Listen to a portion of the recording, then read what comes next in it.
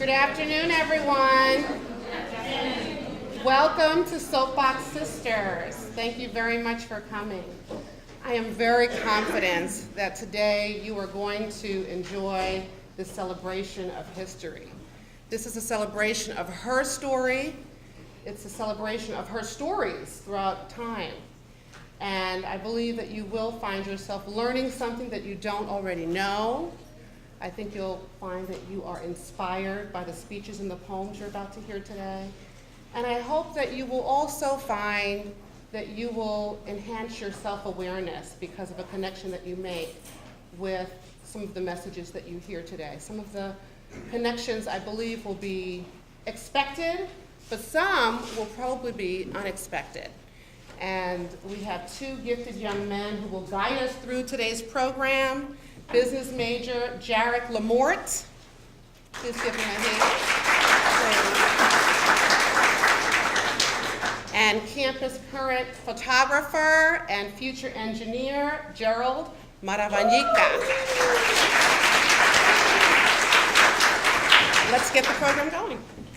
A fierce disability activist, Stella Young was also a journalist, educator, comedian, as well as a champion of feminism, atheism, gay rights, and all types of social justice. She was born with a genetic disorder that causes bones to break very easily, causing her to use a wheelchair for most of her life. She held a bachelor's of journalism and a diploma of secondary education from the University of Melbourne, Australia. I am not a snowflake. I am not a sweet, infantilizing symbol of fragility in life. I am a strong, fierce, flawed adult woman. I plan to remain that way in life and in death. The speech, "I am not your inspiration, thank you very much," was a TED Talk given in April 2014, shortly before her death. It is presented here by adjunct professor from the psychology department, Denise Portis.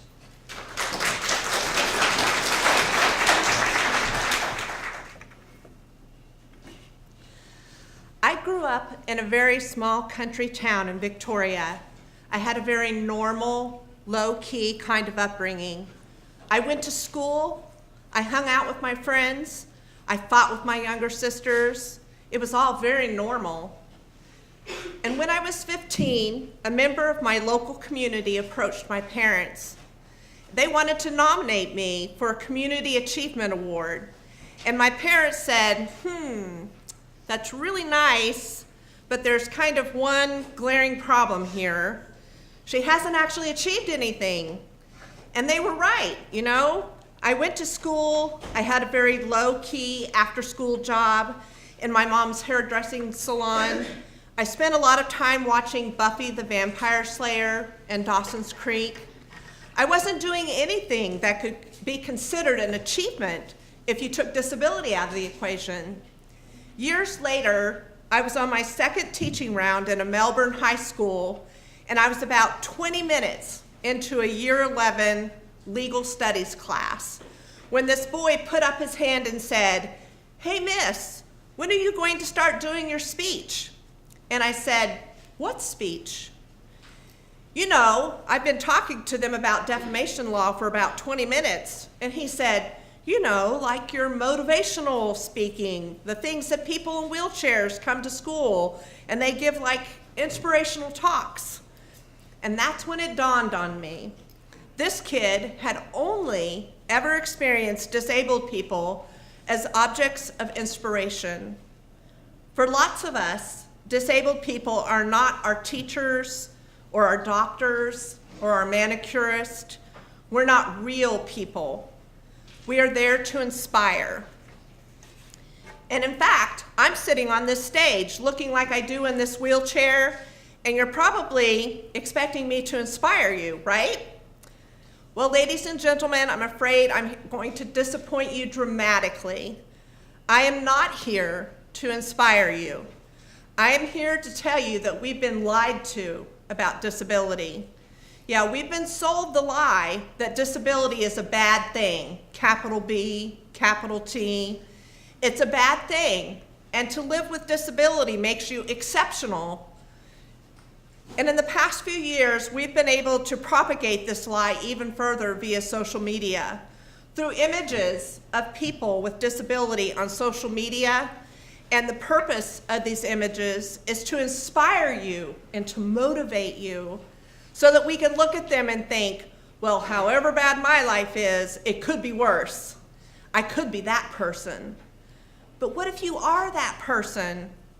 I've lost count of the number of times that I've been approached by strangers wanting to tell me that they think I'm brave or inspirational, and this was long before my work had any kind of public profile.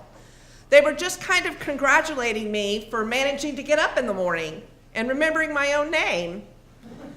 And life as a disabled person is actually somewhat difficult. We do overcome some things, but the things that we are overcoming are not the things that you would think they are. They're not the things to do with our bodies, and I use the term disabled people quite deliberately because I subscribe to what's called the social model of disability, which tells us that we are more disabled by the society that we live in than by our bodies and our diagnoses. So I have lived in this body a long time, and I'm quite fond of it. It does the things that I need it to do, and I've learned to use it to the best of my capacity, just as you have. People, when they say, "You're an inspiration," they mean it as a compliment. And I know why it happens. It's because of the lie. It's because we've been sold this lie that disability by itself makes you exceptional, and it honestly doesn't. You know, I know what you're thinking. I'm up here bagging out inspiration, and you're thinking, geez, Stella, aren't you sometimes inspired by some things? And I am. I learn from other disabled people all the time. I've learned that it's a genius idea to use a pair of barbecue tongs to pick up something that you've dropped. I'm learning the nifty trick where you can charge your mobile phone battery from your chair battery. Genius. We are learning from each other's strength and endurance, not against our bodies and our diagnoses, but against a world that exceptionalizes and objectifies us. I really think that this lie that we've been told about disability is the greatest injustice. It makes life hard for us. And that quote, "The only disability in life is a bad attitude," well, the reason why that's bullshit is because it's just not true. No amount of smiling at a flight of stairs has ever made it turn into a ramp. Never. Smiling at a television screen isn't going to make closed captions appear for people who are deaf.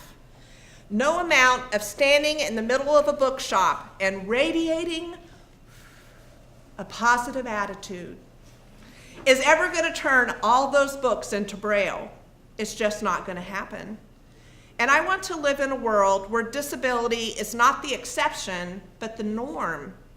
I want to live in a world where a 15-year-old girl sitting in her bedroom watching Buffy the Vampire Slayer isn't referred to as having achieved anything simply because she's doing it sitting down in a wheelchair. I want to live in a world where we don't have such low expectations of disabled people, that we're congratulated for getting out of bed and remembering our own names in the morning. I want to live in a world where we value genuine achievement for disabled people. And I want to live in a world where a kid in a year 11 class is not one bit surprised that his new teacher is a wheelchair user. Disability doesn't make you exceptional, but questioning what you think about it does. Thank you.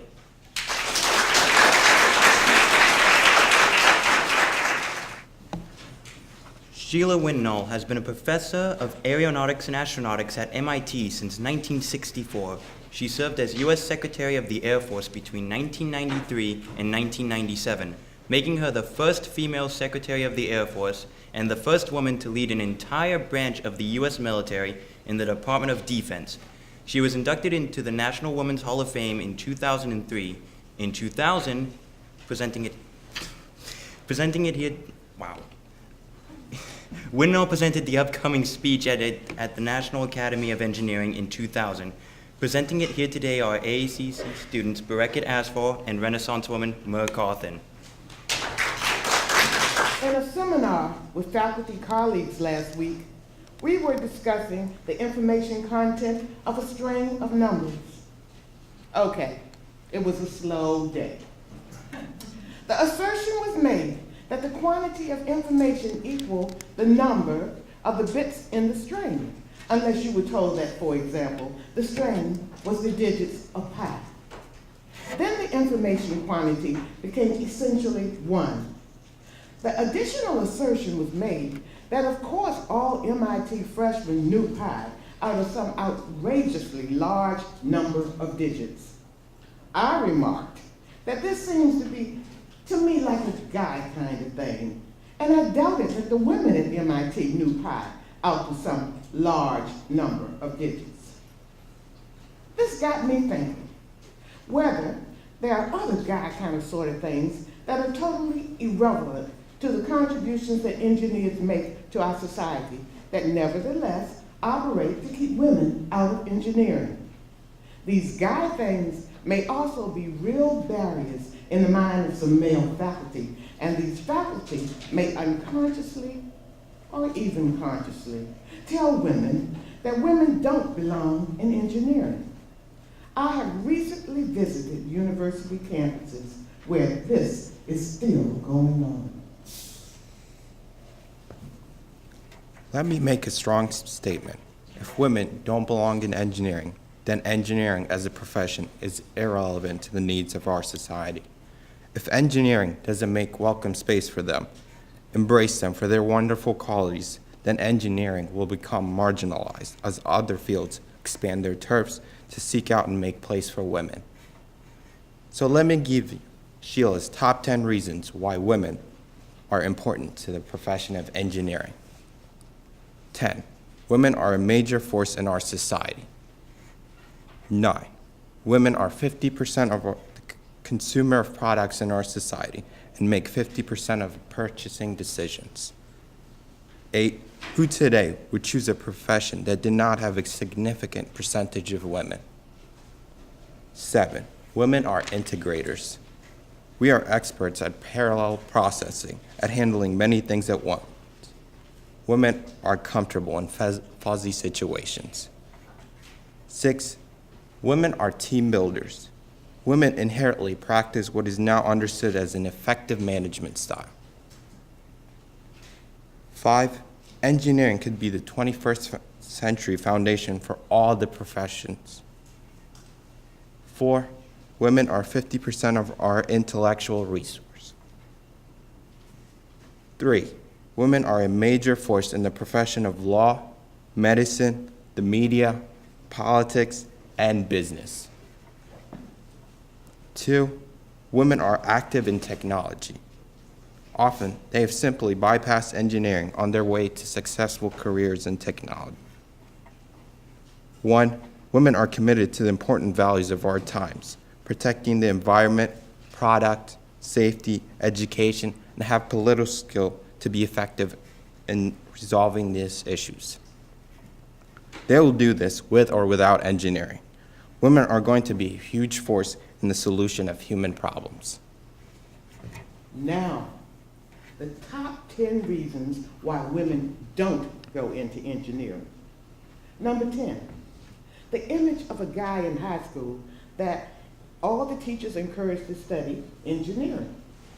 Number 9, poorly taught freshman physics.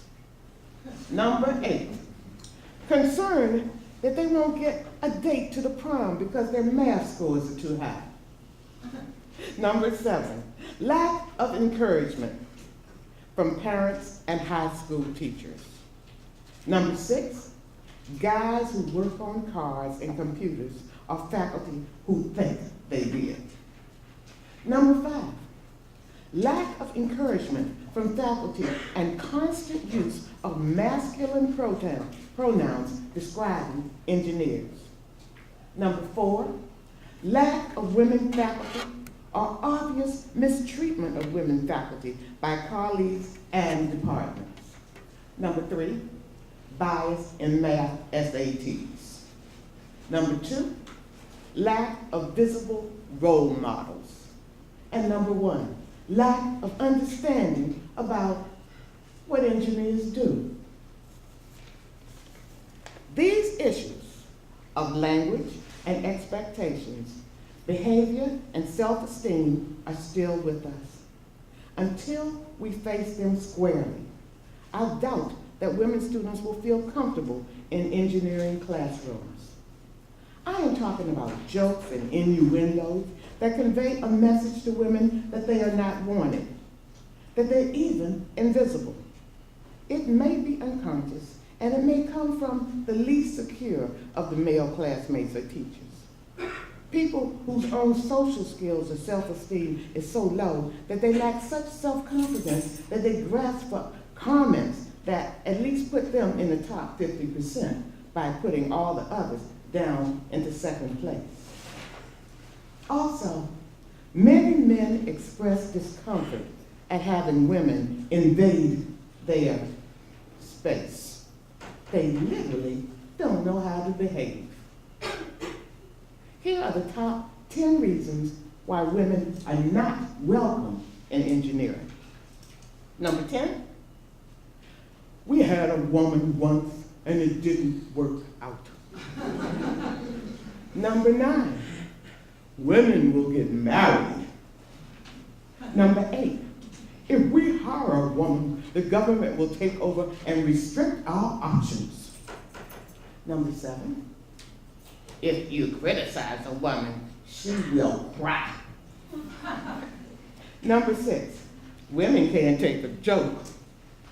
Number 5, women can't go to off-site locations. Number 4, if we admit more women, they will suffer discrimination in the workplace and will not be able to contribute financially as an alumni. I kid you not, that is an actual quote. Number 3, there are no women interested in engineering.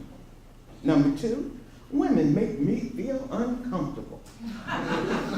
Number 1, I want to mentor, support, advise, and evaluate people who look like me, equal to E.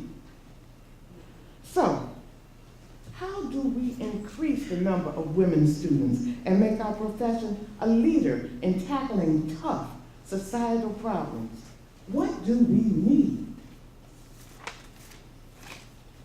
Let me give you my list of the 10 effectors. Number 10, effective TV and print material for girls about career choices. Number 9, engineering courses designed to evoke and reward different learning styles. Number 8, faculty who realize that having women in the class improves the education for everyone. Number 7, mentors who seek out women for encouragement. Number 6, role models, examples of successful women in a variety of fields who are treated with dignity and respect. Number 5, appreciation for diverse problem-solving skills. Number 4, visibility for the accomplishments of engineering that seem as central to important problems facing our society. Number 3, internships. Number 2, re-examination of admission criteria. And number 1, effective and committed leadership from faculty. We have a good bit of house cleaning to do. We must recognize that women are differentially affected by a hostile climate. Treat a male student badly and he will think you're a jerk. Treat a female student badly and she will think you have finally discovered that she doesn't belong in engineering. It is not easy being a pioneer. It is not easy having to prove every day that you belong. It is not easy being invisible or having your ideas credited to someone else. What I want to see are engineering classrooms that are full of bright, young, enthusiastic students, both male and female, in roughly equal proportions, who are excited about the challenge of applying scientific and engineering principles to the technical problems facing our society. These women want it all. They want full lives. They want important work. They want satisfying careers. And in demanding this, they want to make it better for their male colleagues as well. They will connect with the important issues facing our society. Then I will know that the engineering profession has a future contribution to make to our society.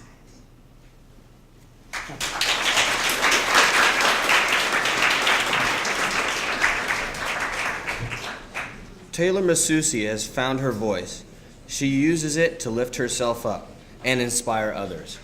Her poem, Women Survivors, reflects her commitment to moving blockades out of her way in order to live a life she loves. Let's show some love to AACC student Taylor Masusi.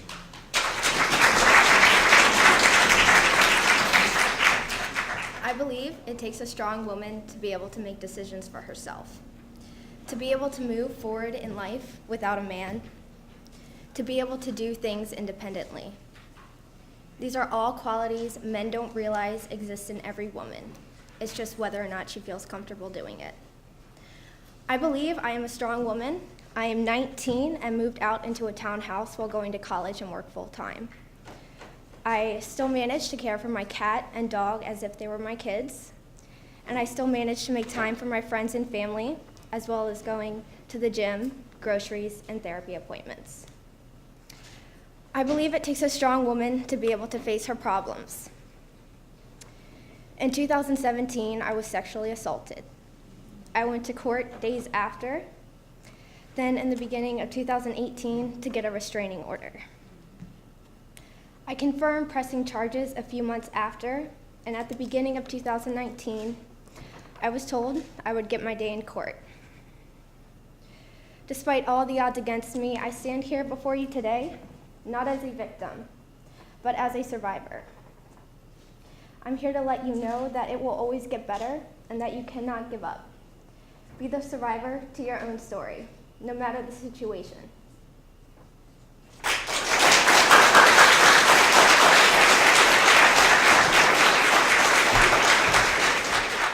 Born in Brooklyn, New York, Linda Sarsauers is a political activist who gained national attention as a co-chair of the 2017 Women's March in Washington, D.C. In June of 2017, she delivered the commencement address at the City University of New York School of Public Health, urging graduates not to be bystanders in the face of injustice. To share a message with us today are AACC students Nusrat Yumi and Michaela Dayon. May peace and blessing be upon you all. Wow. I'm so deeply honored and humbled to be here today amongst all of you. Huge shout out to graduating class. You did it. Yes, you did. We made it. I made it here. I'm still standing and still unapologetically Muslim American, Palestinian American, and from Brooklyn, New York. I came to tell it like it is. We live in difficult and uncertain times. Tonight, I use my platform to honor 4 men and to hold them up as beacons of light for all of us. Taliesin Mirden Nabkai Mason, Ricky Best, Micah Fletcher, and Richard W. Collins III. This week, 3 of these men lost their lives at the hands of hate. One man, Micah Fletcher, a remarkable young poet, lived to tell the tale after brutally being stabbed. Taliesin, Ricky, and Micah were strangers to one another. In a matter of minutes, they made separate decisions to go from bystanders to heroes to defend one. African American young woman student and her Muslim American friend wearing hijab as they were being aggressively harassed by a man on a train in Portland. Taliesin and Ricky lost their lives, but their act of courage will live on forever and have restored a small empty space in my heart with a sense of hope and a commitment to standing up against injustice no matter who it is against. Are we all ready to embody the courage and selflessness of Taliesin, Mickey, and Micah? I'm here tonight during the holy month of Ramadan. This is a month of contemplation, reflection, increase in spirituality, closeness to God, and charity. I have sat through many thoughts this past week. The tragic story in Portland made me reflect on how I was and am showing up in this world, in my community, in New York City, and in this country. Was I ever a bystander? Would I ever be a bystander? What does it mean when we say we're social justice activists and organizers committed to justice and equality for all people? It means we made the decision never to be bystanders. We in this room together must commit to never being bystanders to poverty, lack of jobs and healthcare, sexism, violence, discrimination, racism, xenophobia, Islamophobia, anti-Semitism, and homophobia. We will stand up. We will speak truth to power no matter the consequences. We will demand change. We who are the closest to the pain are closest to the solution. To create healthy communities, we must create a society where a young black man or a woman can walk down the streets of their communities without fear of being killed by a police officer or gun violence.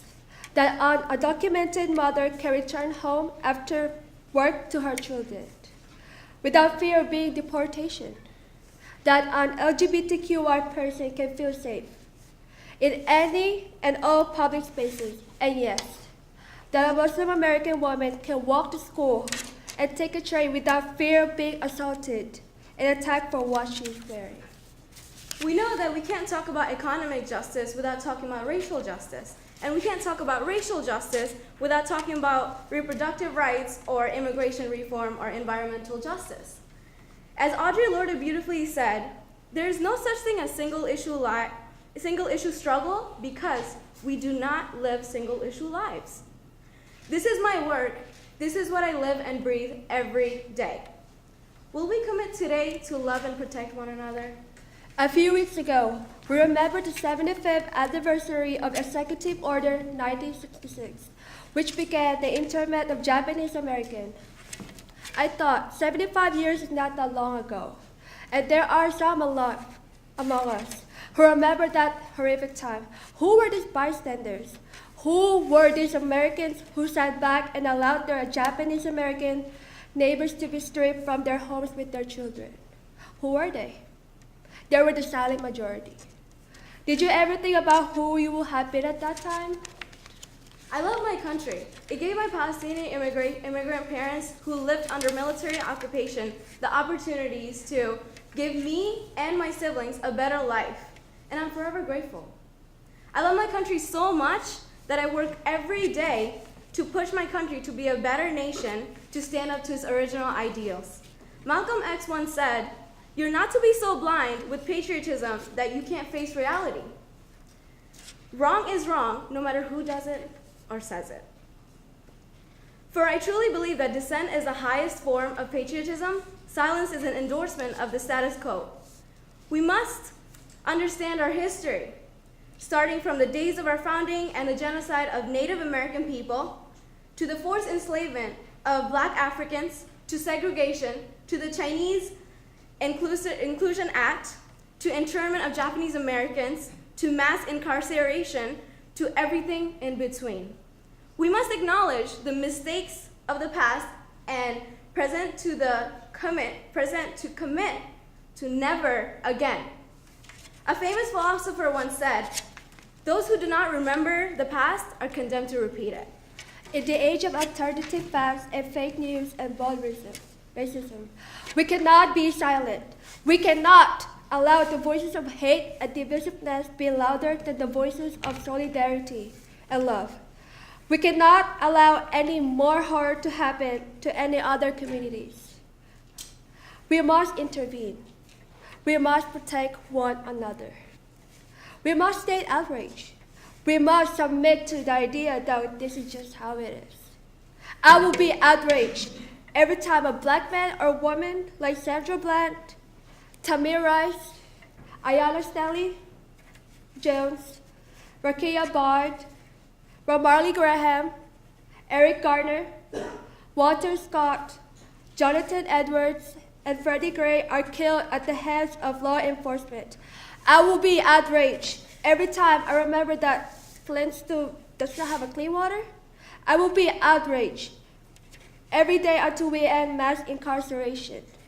I will be outraged every day until we are all treated with dignity and respect, and we are all free in every part of this world.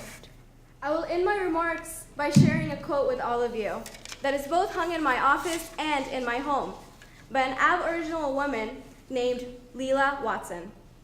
If you have come here to help me, you're wasting your time. But if you have come here because you believe that your liberation is bound up with mine, then let us work together. We are in this together. It is we who make America great. Congratulations, graduates. Watch out, world.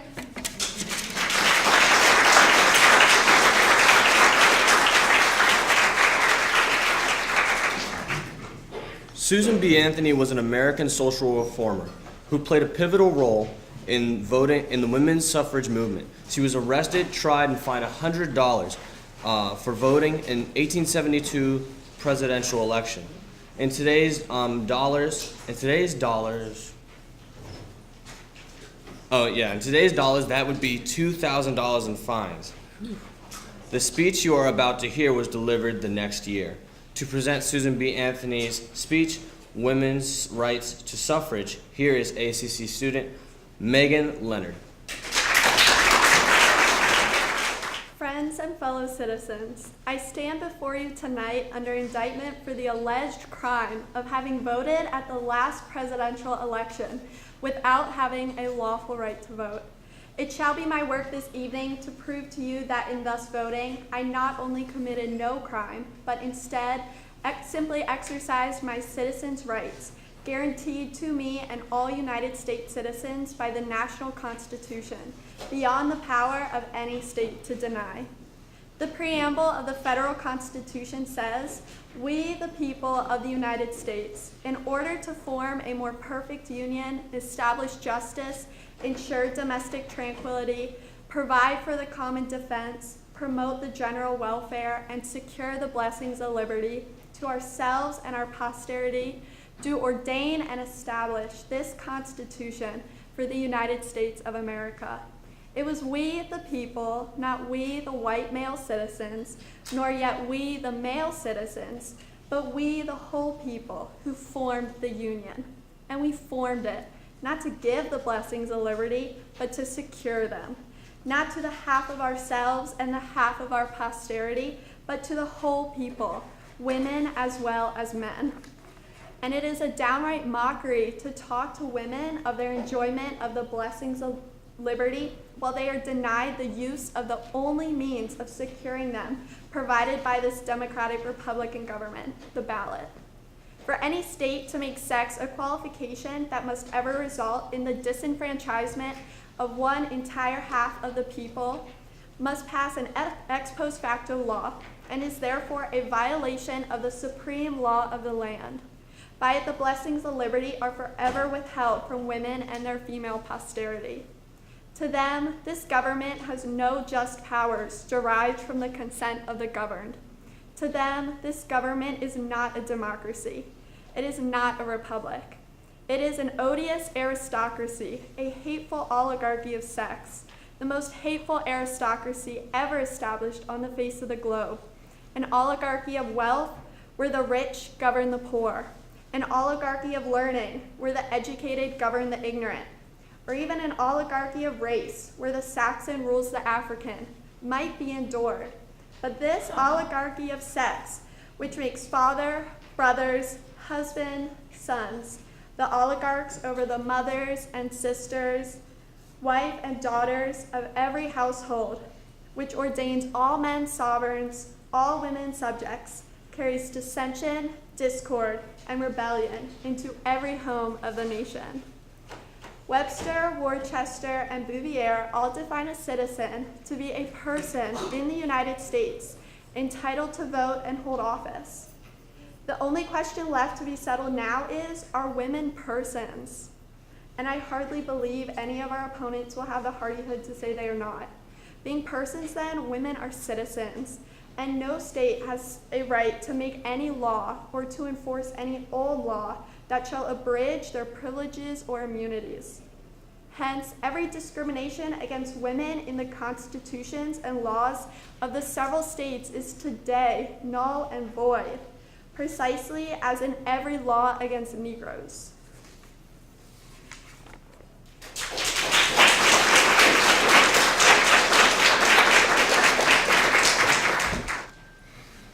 Fannie Lou Hamer was an American voting rights activist, women's rights activist, community organizer, and leader in the civil rights movement.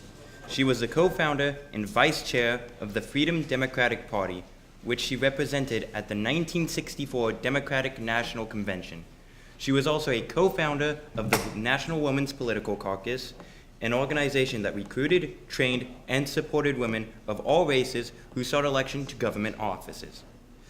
Hamer delivered the next speech, "We're on our way," before a mass meeting at the Negro Baptist Church in Indianola, Mississippi, in September of 1964. Our next speaker might assist you if you call the Student Services Response Center. She is also an AACC engagement coach, licensed minister, and self-published poet. To hear a speech you will not be able to forget, let's welcome Miss Rosalind Snyder. Good evening, ladies and gentlemen. It's good to see people waking up to the facts, something that you should have awakened years ago. My name is Mrs. Fannie Lou Hamer, and I live in Ruralville, Mississippi.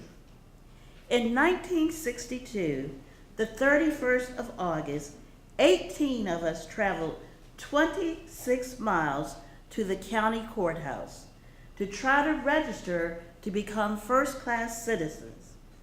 When we got here to Indianola, to the courthouse, I saw more policemen with guns than I'd ever seen in my life at one time. I never will forget that day. I was one of the first persons to complete, as far as I knew how to complete, my registration form, and I got back on the bus. The policeman kept watching the bus, and I noticed a highway patrolman watching the bus. After everybody had completed their forms, we started back to Ruralville. We were stopped by the highway patrolman and the policeman, and we were ordered back to Indianola, Mississippi. The bus driver was charged with driving a bus the wrong color. That is the gospel truth. But this bus had been used for years for cotton chopping, cotton picking, and to carry people to Florida to work in the wintertime, and then back here for the fields for the next spring and the next summer. But that day, the bus had the wrong color. When we got to Ruralville, about 5 o'clock, Reverend Sonny drove me to where I had been working as a timekeeper and a sharecropper for 18 years. When I got there, I was already fired. My children met me and said, "Mama, this man is hot. He said you will have to go back and withdraw or you will have to leave." My husband came and said the same thing. I walked in the house, and then this white man walked over and said, "Pat, did you tell Fannie Lou what I said?" He said, "Yes, sir." And he said, Fannie Lou, did Pat tell you what I said? I said he did. He said, well, Fannie Lou, you will have to go down and withdraw, or you will have to leave. And I addressed him as we have always had to say, Mister, I say, I didn't register for you. I was trying to register for myself. He said, well, we're not ready for that in Mississippi. He wasn't ready, but I've been ready a long time. I had to leave that same night. The 10th of September in 1962, 16 bullets was fired into the home of Mr. and Mrs. Robert Tucker for me. Same night, 2 girls were shot in Rouville.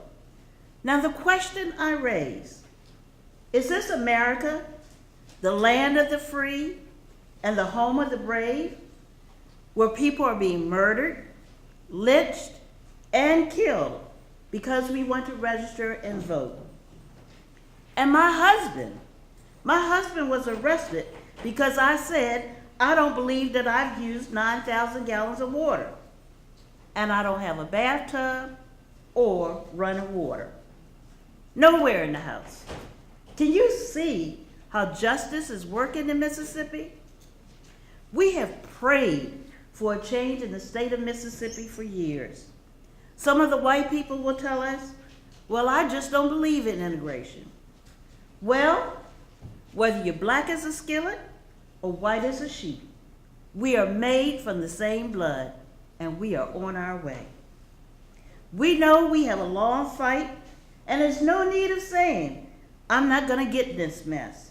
Because if you were born in America with a black face, you were born in the mess. It's a shame before God that people will let hate not only destroy us, but it will destroy them.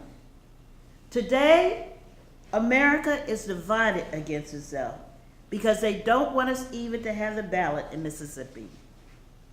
If we had been treated right all these years, they wouldn't be afraid for us to have the ballot. I've been dissatisfied ever since I was 6 years old. I remember my mother worked for $1 measly $1.25 a day, and you couldn't say that was satisfaction. I want the people to know in Mississippi today, the cover has been pulled back off you, and we're on our way, and we won't turn around. We're the only race in America that has had babies sold from their mother's breast in slavery time. We're the only race in America to march through a mob crew just to go to school. And I believe tonight that one day in Mississippi, and if I have to die for this, we shall overcome. And we shall overcome means something to me tonight.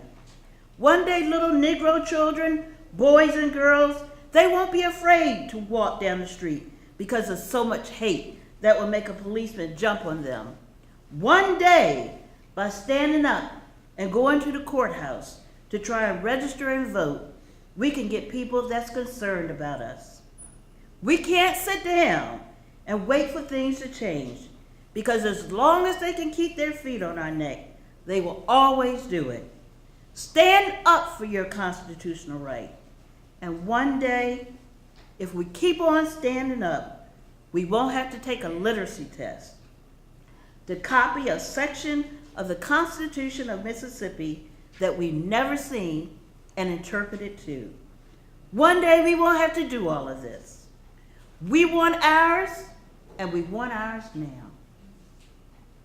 1870, the 15th Amendment was added to the Constitution of the United States that gave every man a chance to vote for what he thinks to be the right way. This is 1964, and they're still trying to keep us from the ballot. We are determined that one day we will have the power of the ballot. And the sooner you get to the courthouse, the sooner we'll have it. And one thing One thing I don't want you to say when I'm finished tonight is that, honey, I'm behind you. We'll move. You could be 200 miles behind. I want you to say, I'm with you, and we'll go up this freedom road together. The momentum created by 16-year-old Swedish student and climate activist Greta Thunberg seems unstoppable. Last summer, this young political activist garnered global attention for staging a school strike outside the Swedish Parliament building. Since then, tens of thousands of school and university students in Australia, Belgium, Germany, the United States, Japan, and more than a dozen other countries have participated in school strikes. At the UN Climate Summit in Poland last December, Greta denounced politicians around the world for their inactive and for acting like children. To hear what she had to say, please welcome AACC student Carrie Wise. For 25 years, countless people have stood in front of the United Nations climate conferences, asking our nation's leaders to stop the emissions. Clearly, this has not worked since emissions just continue to rise. So I will not ask them anything. Instead, I will ask the media to start treating the crisis as a crisis. Instead, I will ask the people around the world to realize that our political leaders have failed us. Because we are facing an existential threat, and there is no time to continue down this road of madness.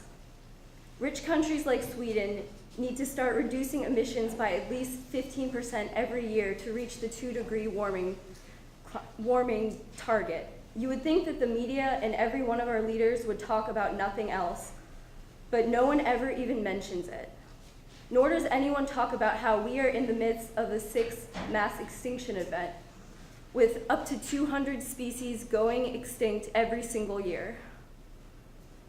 Nor does anyone speak about the aspect of equity clearly stated in the Paris Agreement, which is absolutely necessary to make it work on a global scale.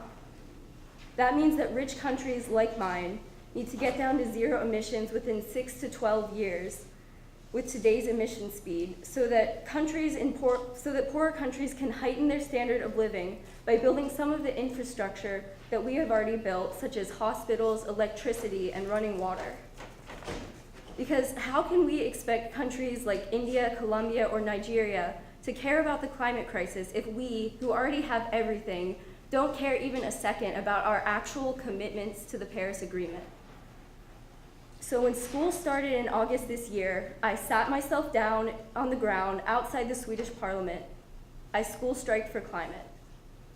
Some people say that I should be in school instead. Some people say that I should study to become a climate scientist so that I can solve the climate crisis. But the climate crisis has already been solved. We already have all the facts and all the solutions. And why should I be studying for a future that may soon be no more, when no one is doing anything to save that future? And what is the point of learning facts when the most important facts clearly mean nothing to our society? Today, we use 100 million barrels of oil every single day. There are no politics to change that. There are no rules to keep that oil in the ground. So we can't save the world by playing by the rules, because the rules have to be changed. So we have not come here to beg the world leaders to care for our future. They have ignored us in the past, and they will ignore us again. We have come here to let them know that change is coming, whether they like it or not. The people will rise to the challenge. And since our leaders are behaving like children, we will have to take the responsibility they should have taken long ago.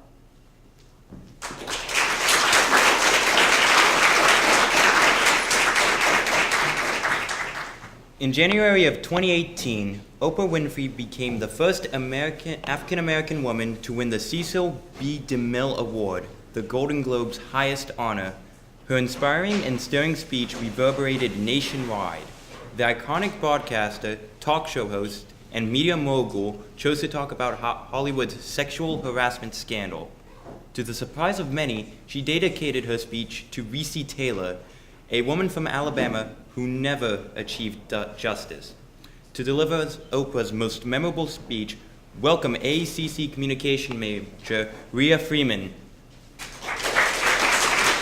In 1964, I was a little girl sitting on the linoleum floor of my mother's house in Milwaukee, watching Anne Bancroft present the Oscar for Best Actor at the 36 Academy Awards. She opened the envelope and said 5 words that literally made history. The winner is Sidney Poitier. Up to the stage came the most elegant man I'd ever seen.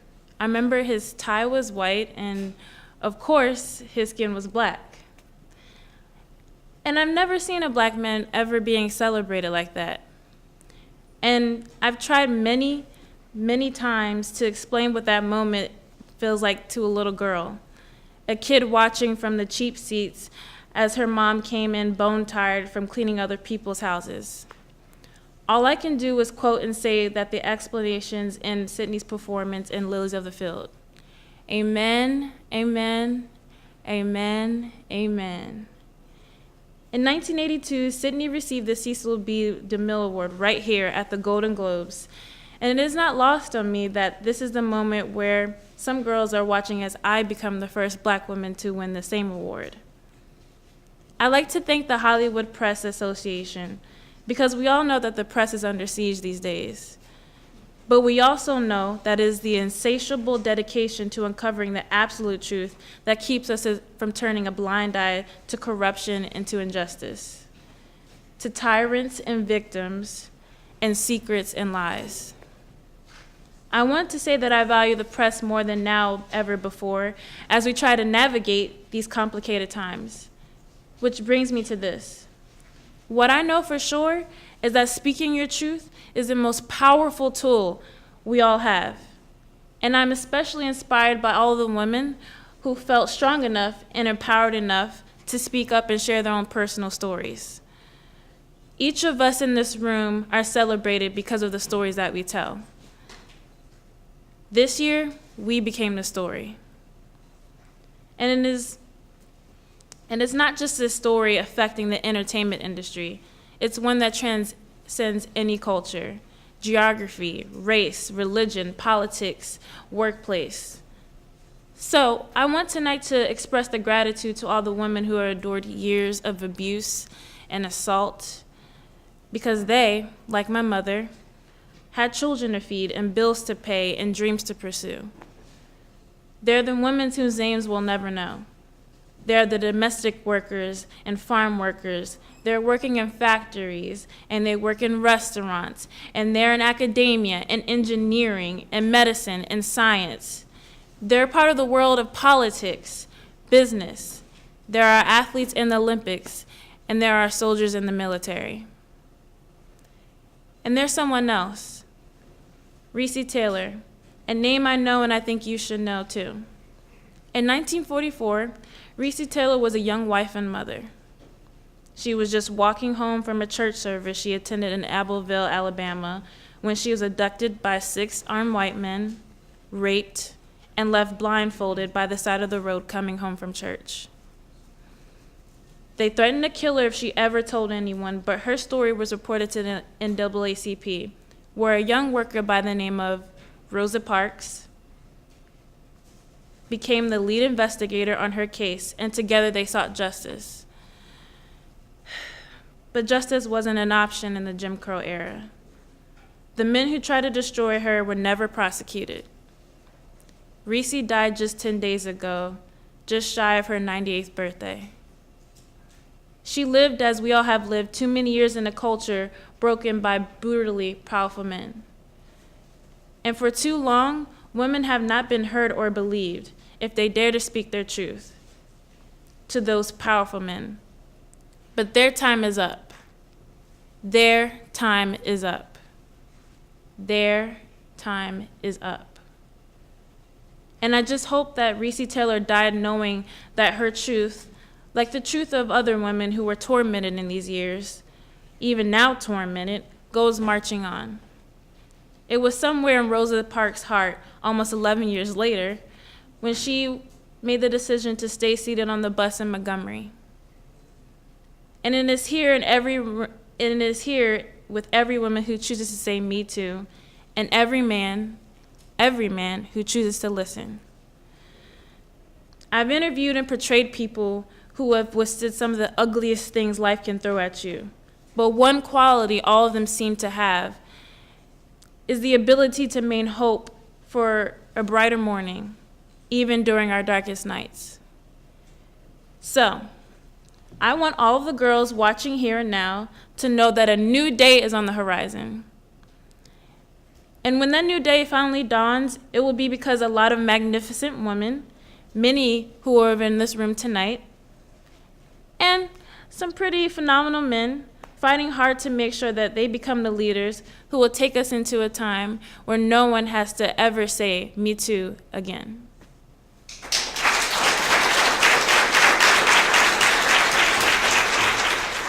Thousands of people took to the streets in January of 2018 for the Second Women's March on Washington.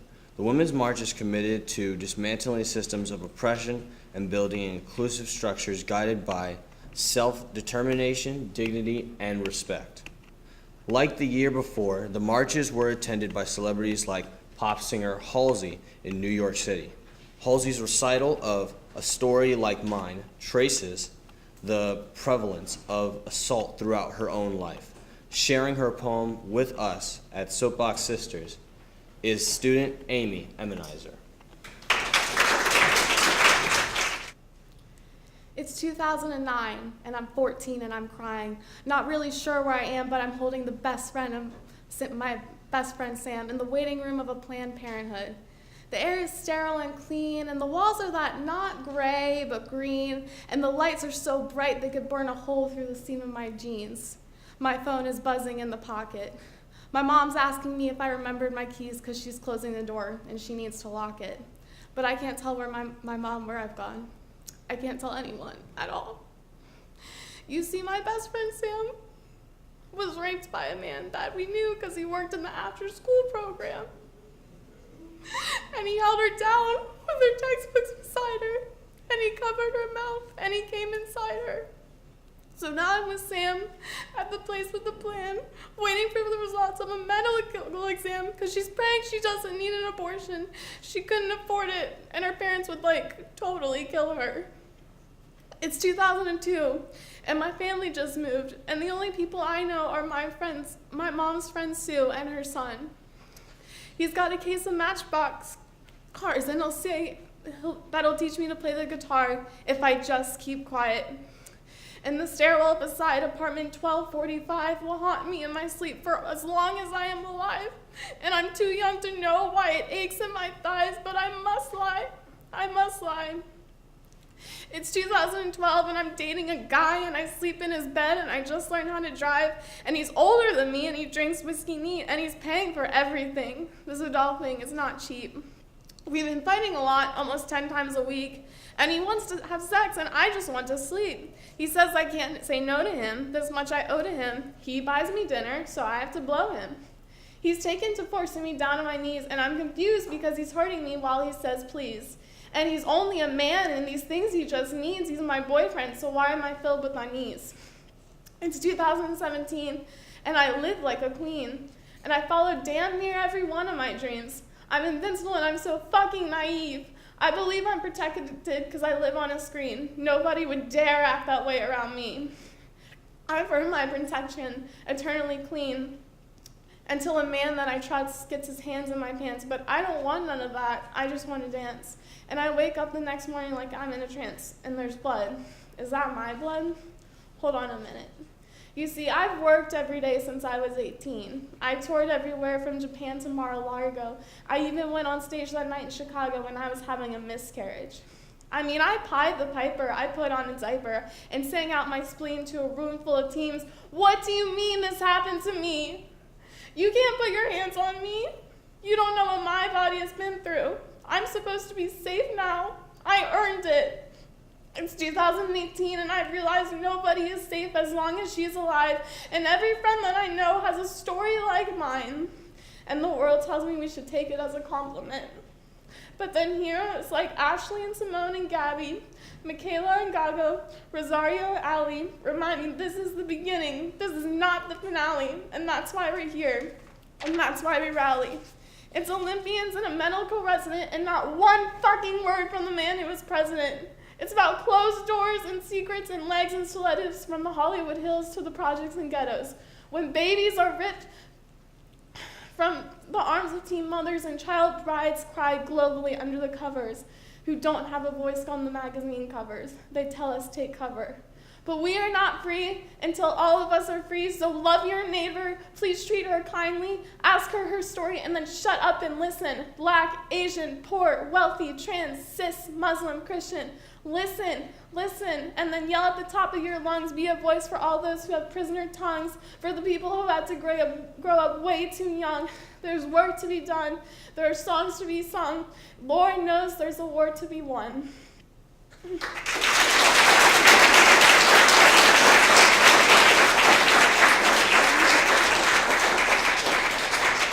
So, before I continue, let's give all of our speakers another round of applause.